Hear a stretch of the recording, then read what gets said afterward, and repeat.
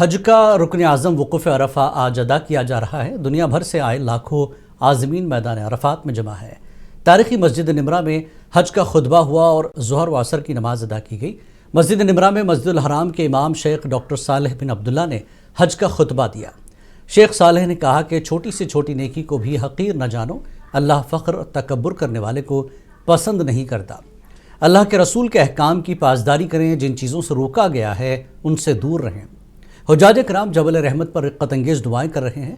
حجاج میدان عرفات میں عبادت و رب کریم کے حضور دعائیں کر رہے ہیں۔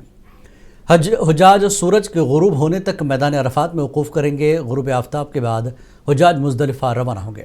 مزدلفہ میں مغرب اور عشاء کی نماز ملا کر پڑھیں گے اور شیطان کو مارنے کے لیے کنکریاں جمع کریں گے۔ حجاج کرام وقوف مزدلفہ کے بعد رمی کے لیے روانہ ہوں گے۔ رمی جمار کے بعد قربانی کریں گے، پھر حلق کرانے کے بعد احرام کھول دیں گے۔ 11 ذی الحجہ کو حجاج کرام چھوٹے، درمیانے اور بڑے شیطان کو کنکریاں ماریں گے۔ رمی جمار کے بعد حجاج کرام طواف زیارت کے لیے خانہ کعبہ جائیں گے اور طواف زیارت کے بعد صفا و مروہ کی سعی کی جائے گی۔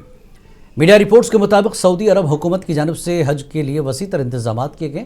حجاج کو سہولیات فراہم کرنے کے لیے 2.5 لاکھ سے زیادہ افسران و اہلکار مختلف فرائض کی انجام دہی میں مصروف ہیں۔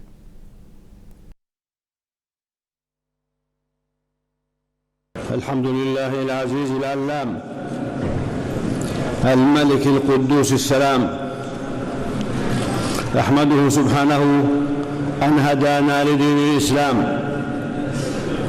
وبناه على 5 أركان عظام، وأشهد أن لا إله إلا الله وحده لا شريك له ذو الجلال والإكرام، وأشهد أن سيدنا ونبينا محمدًا عبد الله ورسوله عليه أفضل الصلاة والسلام، وعلى آله وأصحابه وأتباعه البررة الأعلام. أما بعد، فأوصيكم أيها الناس، أوصيكم حجاج بيت الله ونفسي بتقوى الله، فاتقوا الله رحمكم الله. اتقوا الله بفعل أوامره وترك مناهيه، فإن الله يحب المتقين.